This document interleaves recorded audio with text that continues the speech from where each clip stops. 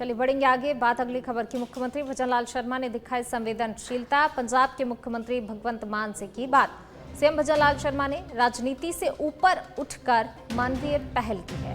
पंजाब के फाजिल्का, फिरोजपुर है सीमावर्ती जिले, सतलज व्यास रावी नदी का जलस्तर बढ़ा है। पंजाब के जिलों में राहत कार्यों के लिए हर संभव मदद का आश्वासन दिया गया है। मुख्यमंत्री भजनलाल शर्मा ने जो है यहाँ पर मानवीय पहल करते हुए पंजाब के सीएम को हर संभव सहायता देने का आश्वासन दिया। राजस्थान के सीमावर्ती जिलों के अधिकारियों को पंजाब में पड़ोसी जिलों को यथायोग्य मदद करने के निर्देश यहाँ पर सीएम की तरफ से दिए गए हैं, जिससे किसी भी प्रकार की आपदा में राहत का काम करेंगे। राजस्थान के अधिकारी मेडिकल टीम को भी विशेष निर्देश यहां पर दिए गए हैं। साथ ही सीमावर्ती जिलों के जनप्रतिनिधियों से भी बातचीत कर यथासंभव राहत प्रदान करने के निर्देश दिए गए हैं। पंजाब के फाजिल्का और फिरोजपुर जिले राजस्थान की सीमा के नजदीकी जिले हैं। तो देखिए, सीएम भजनलाल ने राजनीति से ऊपर उठकर मानवीय पहल की पेशकश की और सीएम भगवंत मान, जो पंजाब के सीएम हैं भगवंत मान, उन्हें हर संभव सहायता के लिए यहां पर मुख्यमंत्री भजनलाल शर्मा ने कहा। चलिए रुक करेंगे अगली खबर का। बीएससी की बैठक में विधानसभा का कामकाज तय, कल रहेगा अवकाश। 3 और 4 सितंबर को चलेगी सदन की कार्यवाही। 3 सितंबर को फिर से मीटिंग होगी। कल अवकाश रहेगा और इसके बाद फिर जो है 3 और 4 सितंबर को चलेगी सदन की कार्यवाही। आज सदन के मॉनसून सत्र का जो है आगाज हुआ। विधानसभा में आज पहला दिन मॉनसून सत्र का हंगामे की भेंट चढ़ा और इसके बाद जो है कार्यवाही 3 सितंबर तक के लिए स्थगित कर दी गई। कल अवकाश रह गया। इसके बाद 3 और 4 सितंबर को फिर से कार्यवाही शुरू होगी विधानसभा की।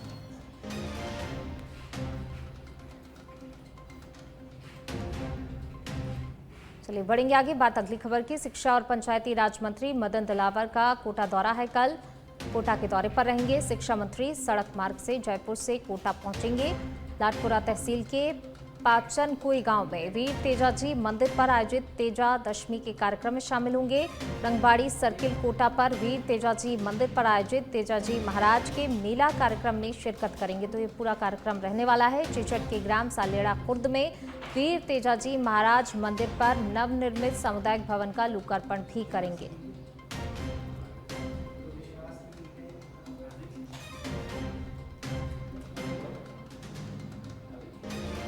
चलिए बढ़ेंगे आगे। राजस्थान हाईकोर्ट जयपुर से इस वक्त की बड़ी खबर। रामूराम रायका को हाईकोर्ट से जमानत मिली है। सब इंस्पेक्टर भर्ती परीक्षा 2021 पेपर लीक से जुड़ा हुआ ये पूरा मामला। 52 आरोपियों में 23 आरोपियों को हाईकोर्ट से जमानत मिल गई है। शेष 29 आरोपियों की हाईकोर्ट ने जमानत याचिका खारिज कर दी है। मामले में आरोपी भूपेंद्र सारण, गोपाल सारण, तुलसाराम कालेर, पौरव कालेर, हनुमान राम सहित 29 आरोपियों की हाईकोर्ट ने जमानत याचिका को खारिज किया है। जस्टिस अशोक कुमार जैन की कल पीठ ने आदेश दिए हैं। श्रवण राम सहित 52 आरोपियों की जमानत याचिका पर आदेश दिए गए हैं। अदालत ने सभी पक्षों की बहस सुनी और बहस सुनकर 29 अगस्त को फैसला सुरक्षित रखा था। एप्लीकेशंस लगी हुई थी 53 लोगों की, उसके अंदर से 23 लोगों की आज बेल ग्रांट करी है और 29 की खारिज की गई है। जो मुख्य रूप से अभी ऑर्डर में देखने आया है तो कोर्ट का ये व्यू रहा है कि जो महिलाएं हैं उन सभी की बेल अलाउ की गई है, रोल बिना देखे हुए। जबकि जो मेन किंग पिन थे या फिर कुछ ऐसे लोग थे जो सहायक थे, जिनके खिलाफ किसी भी प्रकार का कोई एविडेंस कोर्ट को मिला है, इन्वेस्टिगेशन में देखने को मिला है, उन सभी लोगों की कोर्ट ने जमानत याचिका खारिज की है। डिटेल ऑर्डर अभी कोर्ट प्रोनाउंस करेगा तो उसके बाद में पता चलेगा कि किस आधार पर लोगों की बेल ग्रांट या खारिज हुई है। इसमें जो सबसे ज़्यादा चौंकाने वाली बात थी वो ये थी कि रामूराम रायका जी, जिनके ऊपर आरपीएससी मेंबर के रूप में अपने बेटा और बेटी दोनों को पास कराने का एलिगेशन लगाया गया था। 21 से जुड़ा प्रकरण में बेल एप्लीकेशन थी जो रिजर्व कर रखी थी ऑनरेबल कोर्ट ने उसमें जजमेंट प्रोनाउंस करा, जिसमें से 23 पर्सनस थे जे अक्यूज, उनकी बेल एप्लीकेशन अलाउ करी और बाकियों की डिसमिस कर दी।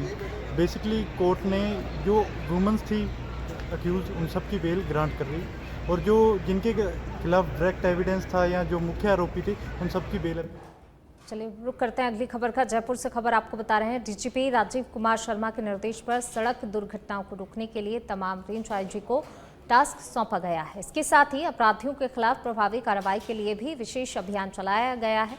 हमारे संवाददाता राकेश दाधीच ने जयपुर रेंज आईजी राहुल प्रकाश से खास बातचीत की है। आइए आपको सुनवाते हैं। पुलिस मुख्यालय के निर्देश के बाद प्रदेश में जो दुर्घटना हो रही है हाईवे पर, उसको लेकर गंभीरता से लिया जा रहा है। क्योंकि पूरे प्रदेश में जो आईजी है उनको निर्देशित किया गया है कि जो सड़क दुर्घटना है उस पर लगाम लगाई जाए। हमारे साथ है जयपुर रेंज आईजी राहुल प्रकाश, जो पुलिस मुख्यालय के जो टास्क है उसके बारे में हम उनसे जानकारी लेंगे। सर, किस तरह का टास्क है? DGP sir Rajeev Sharma sir की तरफ से सड़क दुर्घटनाओं पर विशेष कार्य करने के निर्देशन मिले थे और सर का ये आइडिया था कि लेन ड्राइविंग के लिए कुछ प्रयास करना चाहिए। उसके अंतर्गत जो हमारा NH-48 है, जो जयपुर से दिल्ली जाने का हमारा हाईवे है, उसमें हम लोगों ने चंदवाजी से लेकर शाहजहांपुर तक सबसे पहले लेन ड्राइविंग को फोकस करते हुए एक अभियान शुरू किया। लेन ड्राइविंग के साथ उसमें वैसे रॉन्ग साइड में जो लोग चल रहे हैं और जो रोड पे पार्किंग्स होती हैं और जो अवैध कट हैं उसका भी अभियान चला रहे हैं, और जो कुछ पशु सड़कों पे दिखाई देते हैं उनको रिफ्लेक्टर लगाने का भी अभियान चला रहे हैं। बट नया जो इसमें है वो लेन ड्राइविंग का था। तो उसमें सर के मार्गदर्शन में ये पहले अवेयरनेस का काम शुरू हुआ है, जो कि 5 सितंबर तक चलेगा, और उसके बाद 6 तारीख से इसमें इन्फोर्समेंट की कार्रवाई, चालानी कार्रवाई भी शुरू होगी। इसी के अंतर्गत डीजी सर ट्रैफिक की तरफ से पूरे राज्य में भी अभियान चलाने के निर्देश आ गए हैं। तो उसमें हम लोग जो अन्य जिले हैं उसमें भी इस अभियान को टेकअप करेंगे, और काफ़ी सारे अवैध कट, लगभग आधा दर्जन से ज़्यादा अभी तक बंद कराए जा चुके हैं, जो कि पक्के कट्स बना दिए थे। बीच का जो उनका नाली का था उसको भर के उसके ऊपर सड़कें सी बना दी गई थी, उसको खुलवाया गया है, और इसमें सारे अवैध कट्स को बंद कराया जाएगा और लेन ड्राइविंग को भी 100% इन्फोर्स किया जाएगा। किस तरह से मॉनिटरिंग करते हैं? चूंकि रोज टास्क देते हैं आप, तो क्या डेटाबेस आता है या किस तरह से करते हैं आप? अभी चूंकि अवेयरनेस ड्राइव ही हम लोग चला रहे हैं कि इसमें हम लोग पहले उनको बता दें, ये नहीं हो कि साहब अचानक शुरू हो गया।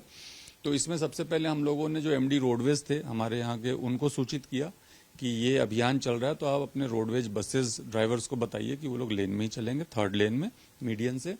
और जितने भी ट्रांसपोर्टर्स अप्लाई करते हैं बड़े बड़े, उन सबको सूचित किया जा चुका है कि अपने ड्राइवर्स को बता दें कि उनको 3rd लेन में मीडियन से चलना है। इसके अलावा ऑन रोड भी हमारे जो थाने पड़ते हैं उन सबके द्वारा ये अवेयरनेस का कैंपेन चलाया जा रहा है। इसमें जो NHI है उनका भी सहयोग लिया जा रहा है, परिवहन विभाग का भी सहयोग लिया जा रहा है, और इसके जो बिलबोर्ड्स हैं, बड़े बड़े गैंट्रीज पे जो साइनेज लगाने हैं, रोड पे जो साइनेज लगाने हैं, वो सारा काम चल रहा है। और अभी तक थोड़ा थोड़ा इसका कंप्लायंस शुरू भी हुआ है। इसके बाद जब हम लोग इन्फोर्समेंट की कार्रवाई करेंगे तो मेरा मानना है कि पूरी तरीके से इसकी पालना होने लगेगी।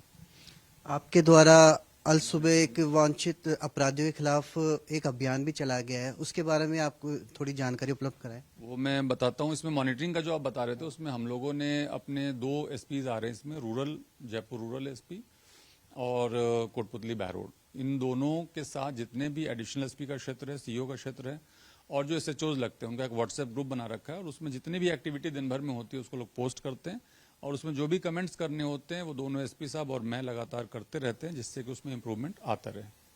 जो एरिया डोमिनेशन का अभियान था, ये हम लोग प्रतिमा चलाते हैं पुलिस मुख्यालय के मार्गदर्शन में, निर्देश में। उसके अंतर्गत हमारा 30 और 31 का ये अभियान चला, और इसमें हम लोगों ने NDPS के 6 मुकदमे इन 2 दिनों में इस अभियान में दर्ज किए, और इसमें 5 लोग गिरफ्तार हुए हैं।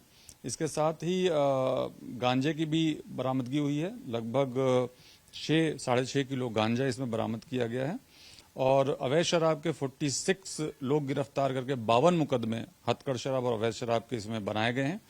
फायर आर्म्स के 5 प्रकरण दर्ज किए गए हैं इसमें, और अवैध खनन के भी 2 प्रकरण दर्ज हुए हैं। और इसके साथ साथ NDPS एक्ट के जो पहले से वांछित चल रहे थे वो 18 NDPS और आबकारी दोनों के 18 लोगों को इसमें गिरफ्तार किया है। इसके अलावा लगभग 350 जो अन्य वांछित थे, जो कि स्टैंडिंग वारंटी थे, मुकदमों में वांछित थे, गंभीर मुकदमे में, सामान्य मुकदमे में, उनको भी गिरफ्तार किया गया है। तो ये थे हमारे साथ राहुल प्रकाश, जो बता रहे थे कि जो दुर्घटना का जो टास्क पुलिस मुख्यालय ने दिया है कि इसको रोका जाए, तमाम हाईवे है उन पे अलर्ट मोड पे पुलिस का जाब्ता रहे, क्योंकि एक अभियान भी चलाया गया है लोगों को अवेयरनेस करने का। समय समय पर जो जयपुर रेंज के मार्गदर्शन पे जो तमाम जो जिला पुलिस है वो ये अभियान चला रही है, लोगों का अवेयरनेस भी कर रही है कि ट्रैफिक नियमों का पालन करें, क्योंकि पूरा जो मॉनिटरिंग है वो पुलिस मुख्यालय के द्वारा की जा रही है। समय समय पर मार्गदर्शन भी दिया जाता है, क्योंकि क्या करना है, किस तरह से बेहतर करें, इसको लेकर कवायद की जा रही है। कैमरा पर्सन गिरीश के साथ राकेश दादी, सच बेधड़क, जयपुर।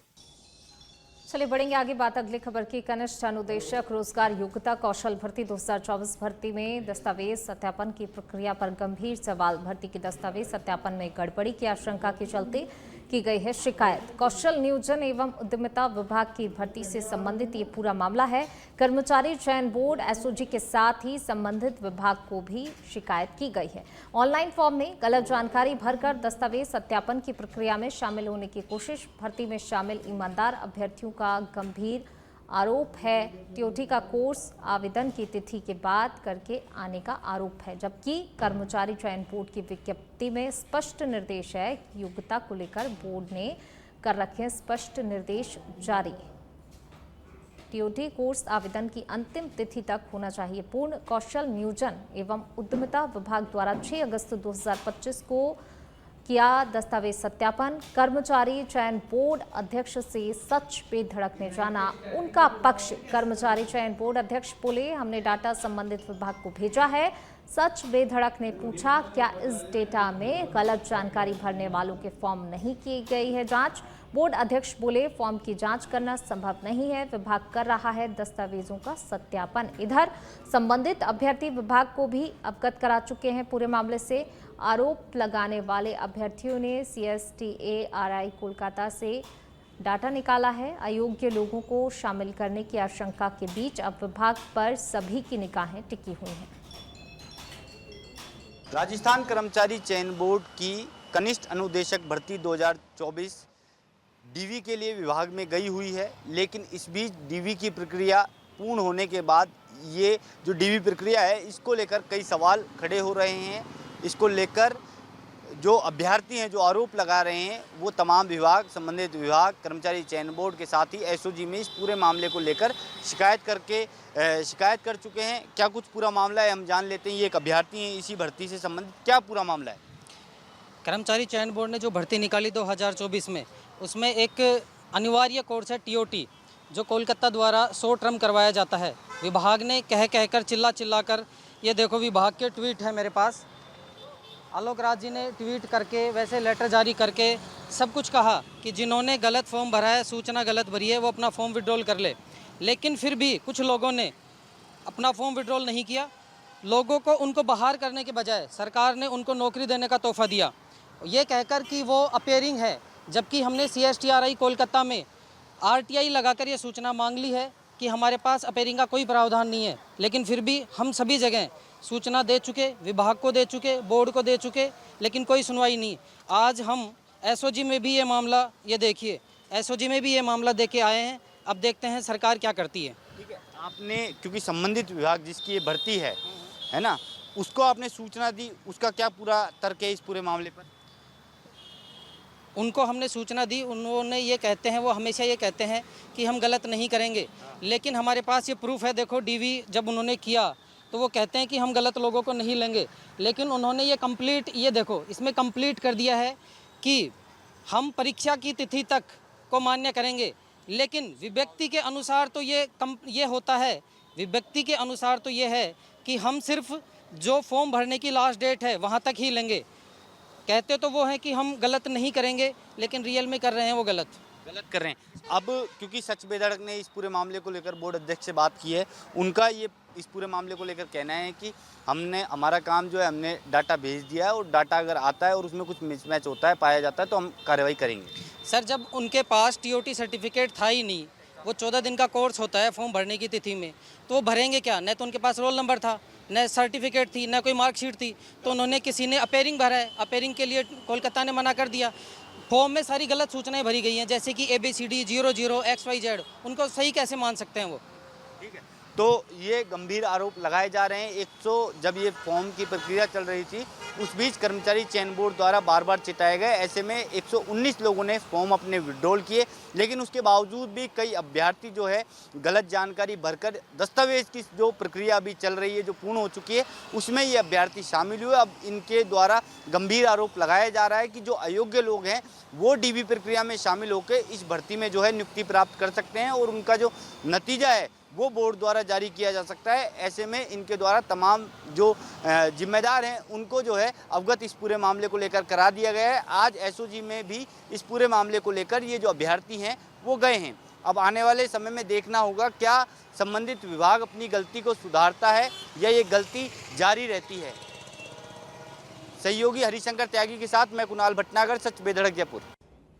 चलिए रुक करते हैं अगली खबर का। पाली के सोजत से खबर, गुड़िया नदी के बीचों बीच फंसा बुजुर्ग। सूचना मिलते ही एसडीआरएफ की टीम मौके पर पहुंच चुकी है। 6 घंटे की मशक्कत के बाद बुजुर्ग भंवर सिंह को सुरक्षित बचाया गया है। रेस्क्यू प्रभारी 10 जवानों की टीम मौके पर पहुंची। नदी पार करने के दौरान फंसा था बुजुर्ग। एसडीआरएफ की टीम ने मोटर बोट से ऑपरेशन को अंजाम दिया। और अब खबर चुरू के सुजानगढ़ से, जहां जिला कलेक्टर अभिषेक सुराणा सुजानगढ़ दौरे पर रहे। उन्होंने जल भराव की स्थितियों और जल निकासी के प्रबंधन का जायजा लिया। जिला कलेक्टर ने जेसीबी पर बैठकर एफसीआई गोदाम का जायजा लेकर एफसीआई के अधिकारियों को गेहूं को अन्यत्र शीघ्र शिफ्ट करने के निर्देश दिए। जिस तरह सुजानगढ़ शहर में लगातार बारिश का जो प्रकोप देखने को मिल रहा है, बहुत ज़्यादा बारिश होने की वजह से सुजानगढ़ क्षेत्र में जो एफसीआई गोडाउन है उसमें भी पानी का भराव हो गया था।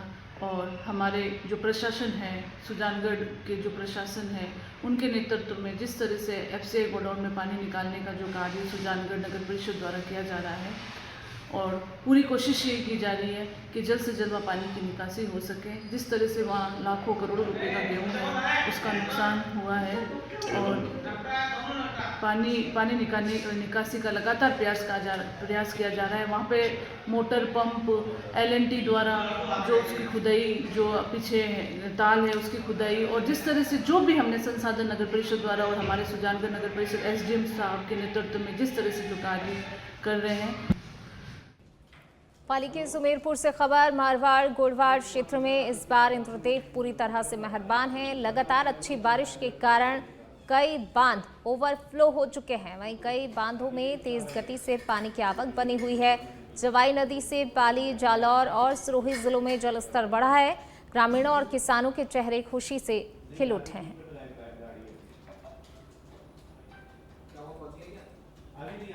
बाढ़ दिखाई दी है, जिसके कारण नदी नाला हो या तालाब हो या बांधों में पानी की आवक अच्छी हुई है।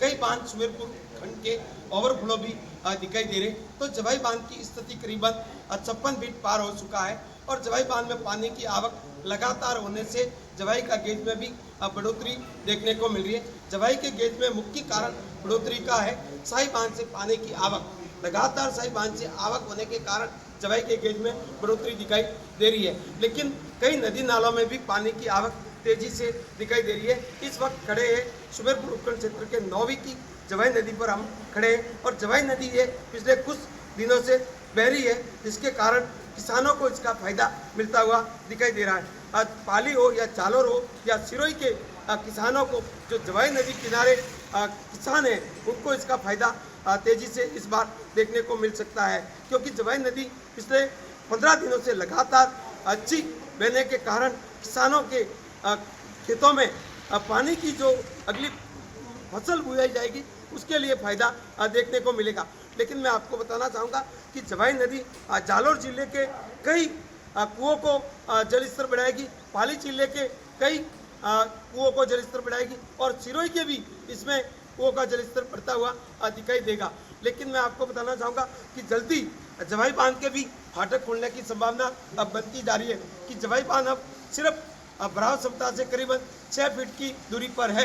अगर जवाई बांध भरता है तो जवाई बांध के फाटक खुलेंगे तो जवाई नदी में पानी आएगा। जवाई नदी का करीबन 2017 के बाद 2 बार ओवरफ्लो हो चुका है। 2017 में जवाई बांध के करीबन 10 फाटक 11-11 फीट के खुले थे, जिसके कारण जवाई नदी उफान पर चली थी। और जवाई बांध का फाटक दूसरी बार 2023 में बिपरजोय तूफान आया था, जब जवाई बांध के फाटक खुले थे। लेकिन इस बार भी जवाई बांध के फाटक खुलने की संभावना दिखाई दे रही है। अगर जवाई बांध के फाटक खुलते तो जवाई नदी में और भी पानी तेजी के साथ बहेगा। अरविंद कुमार जोशी के साथ कैमरामैन अरुण बैरवा। आगे जयपुर में बारिश का दौर लगातार जारी है, जहां जयपुर जिला प्रशासन टीम किसी भी आपदा के प्रबंधन के लिए तैयार है। जिला कलेक्टर डॉक्टर जितेंद्र कुमार सोनी के निर्देश पर जिला प्रशासन की टीमें फील्ड में तैनात हैं। उपखंड अधिकारी, तहसीलदार सहित सभी प्रशासनिक अधिकारी जलभराव क्षेत्रों का निरीक्षण कर रहे हैं। इसके साथ ही स्थिति का आकलन करते हुए मौके पर ही निस्तारण के प्रयास भी किए जा रहे हैं और नियंत्रण कक्ष में प्राप्त शिकायत पर प्रभावी कार्रवाई हो रही है। अजमेर के अराई और पुराड़ा क्षेत्र में बारिश ने विकराल रूप ले लिया है। क्षेत्र के खेतों में जल भराव होने से खेत तालाब की तरह दिखाई देने लगे हैं और सड़कों पर 2 से 3 फीट तक पानी बहने लगा है। थानाधिकारी जगदीश प्रसाद ने क्षेत्र का दौरा कर हालातों का जायजा लिया और लोगों से अपील करते हुए कहा कि तेज बहाव और जल भराव वाले क्षेत्र से दूरी बनाकर रखें। किसानों ने कहा कि हमारी फसल पूरी तरह से नष्ट हो चुकी है और सरकार को उचित कार्रवाई करते हुए किसानों को राहत प्रदान करनी चाहिए। और अब खबर झालावाड़ से, जहां झालावाड़ जनाना अस्पताल में शर्मसार करने वाली घटना सामने आई। अस्पताल में प्रशासन की लापरवाही देखने को मिली है। डिलीवरी के लिए दर्द से कराहती महिला पहुंची अस्पताल। महिला को जनाना अस्पताल में भर्ती नहीं किया गया। मुख्य द्वार पर महिला की डिलीवरी हुई।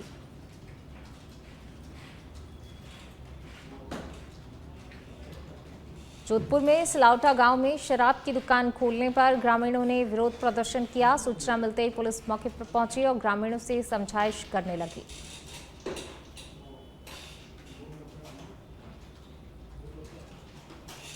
जयपुर में पुलिस मुख्यालय ने साइबर शील्ड अभियान चलाया, जिसके तहत 150 मोबाइल रिकवर कर परिवादियों को सुपुर्द किए गए। ये अभियान डीसीपी वेस्ट हनुमान प्रसाद मीणा के निर्देश पर चलाया गया।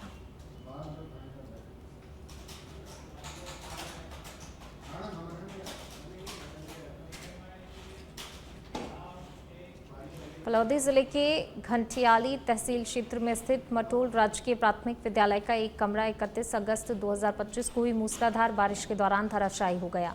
गनीमत रही विद्यालय भवन की जर्जर हालत के कारण पहले ही इसका संचालन पास के एक अन्य भवन में स्थानांतरित कर दिया गया था, जिसके चलते कोई भी जनहानि नहीं हुई। एक बड़ा हादसा टल गया। मटोल राजकीय प्राथमिक विद्यालय वर्ष 1999 में बना था।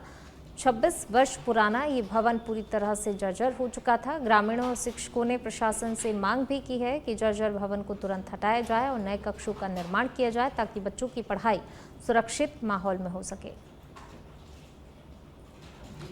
जो गत रविवार को प्रातः 8 बजे बारिश के चलते गिर गया। गनीमत रही कि उस दिन यहाँ पर कुछ विद्यार्थी नहीं थे। हम आपको सूचना दे दें कि इसकी सूचना पूर्व में भी विद्यालय प्रशासन द्वारा पहले ही उच्च अधिकारी को दी जा चुकी है। यहाँ तक कि बता रहे हैं कि 10 दिन पूर्व यहाँ के एमएलए साहब है पब्बाराम जी विष्णु फलोदी के, उनको भी यहाँ की सूचना दी जा चुकी है। और विद्यार्थियों के लिए सूझबूझ यह रही कि यहाँ के जो अध्यापक है उन्होंने शिक्षण व्यवस्था ऐसी बना रखी है दूसरी जगह जहाँ खतरा नहीं हो। इस विद्यालय के अंदर यह भवन जर्जर था। विद्यालय का भवन है